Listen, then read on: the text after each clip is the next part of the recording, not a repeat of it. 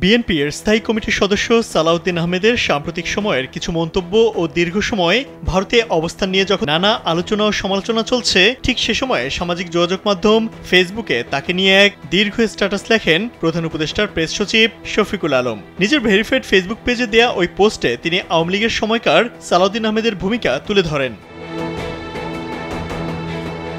প্রধান উপদেষ্টার প্রেস সচিব শফিকুল আলম লেখেন, যেদিন নিরাপত্তা বাহিনী সালাউদ্দিন আহমেদকে অপহরণ করে গুম করে সীমান্ত পেরিয়ে পাঠিয়ে দেয়, তার কয়েক সপ্তাহ আগেই তিনি বিএনপির মুখপাত্র হিসেবে গোপন একটি জায়গা থেকে দায়িত্ব গ্রহণ করেছিলেন। সে সময় আওয়ামী লীগ সরকার দলটির উপর ব্যাপক দমনপীড়ন চালাচ্ছিল।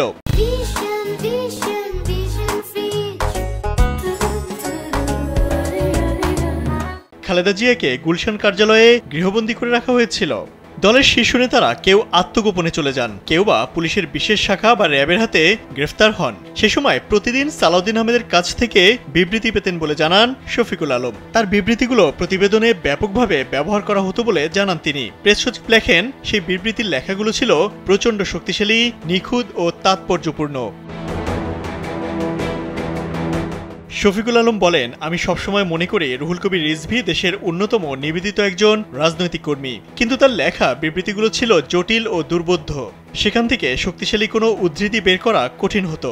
কিন্তু যখন রিজভী গ্রেফতার হলেন এবং সালাউদ্দিন আহমেদ গোপন অবস্থান থেকে মুখপাত্রের দায়িত্ব নিলেন, তিনি বিএনপির ইতিহাসে সবচেয়ে শক্তিশালী ও অসাধারণ বিবৃতি পাঠাতে শুরু করলেন।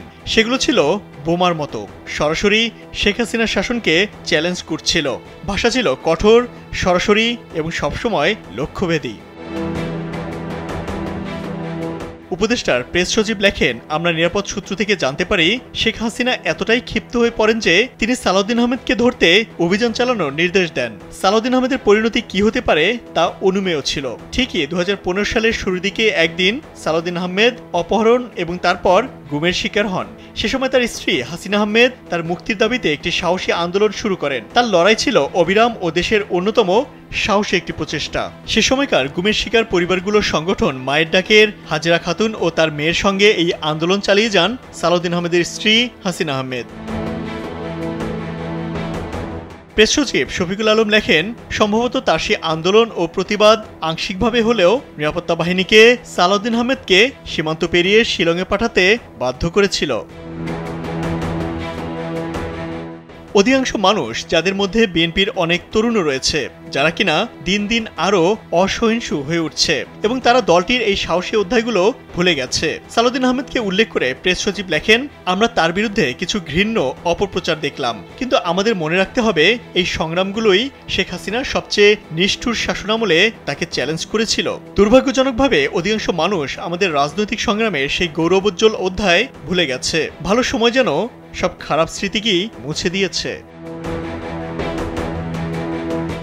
ইমতিয়াজ আহমেদ, কালবেলা।